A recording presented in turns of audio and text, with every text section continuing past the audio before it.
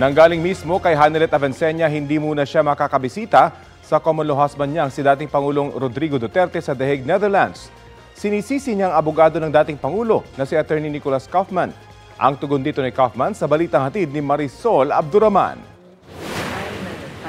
Bago matapos, sinabihan na lang. Sa isang panayam online, sinabi ng common law wife ni dating Pangulong Rodrigo Duterte na si Hanelet Avincenia na sinuspindi raw ang kanyang visitation rights kay Duterte sa detention facility ng International Criminal Court sa The Hague, Netherlands.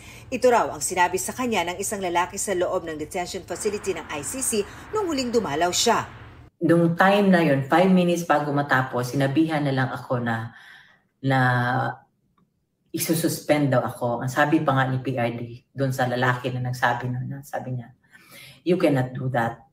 Yun niya. Kasi, he is expecting me. This is my time right now. This is my schedule to visit him. Tapos the following day, wala na akong visit.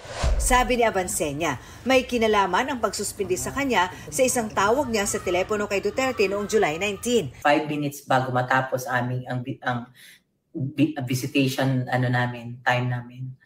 Sinabihan ako nung isa doon, sabi niya na nung July 19 daw, nung phone conversation namin, meron daw akong sinabi. Sabi ko about the case.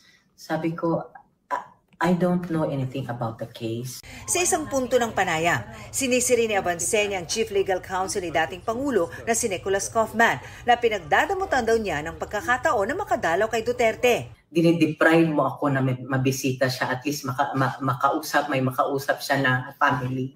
Alam ko, I have nothing against you, pero please do not deprive us of, asking other people or asking legal opinions from other lawyers also. Pero we acknowledge you as his lawyer. Alam ko doon ka na nagalit eh.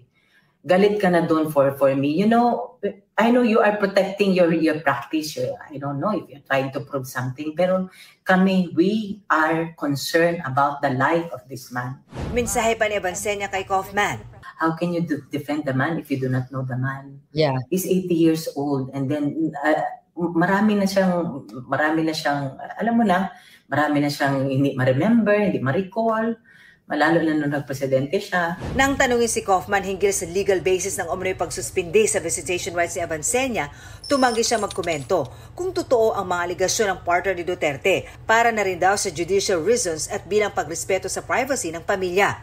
Taliwas daw sa pahayag ni Avincenia, hindi ang council ang nagdedesisyon patungkol sa visiting rights kundi ang mga otoridad sa detention center, pati ang hukom kung kinakailangan. Tiniyak din ni Kaufman na sapat na nababantayan ang kalusugan ng dating Pangulo. Marisol Abduraman, nagbabalita para sa GMA Integrated News.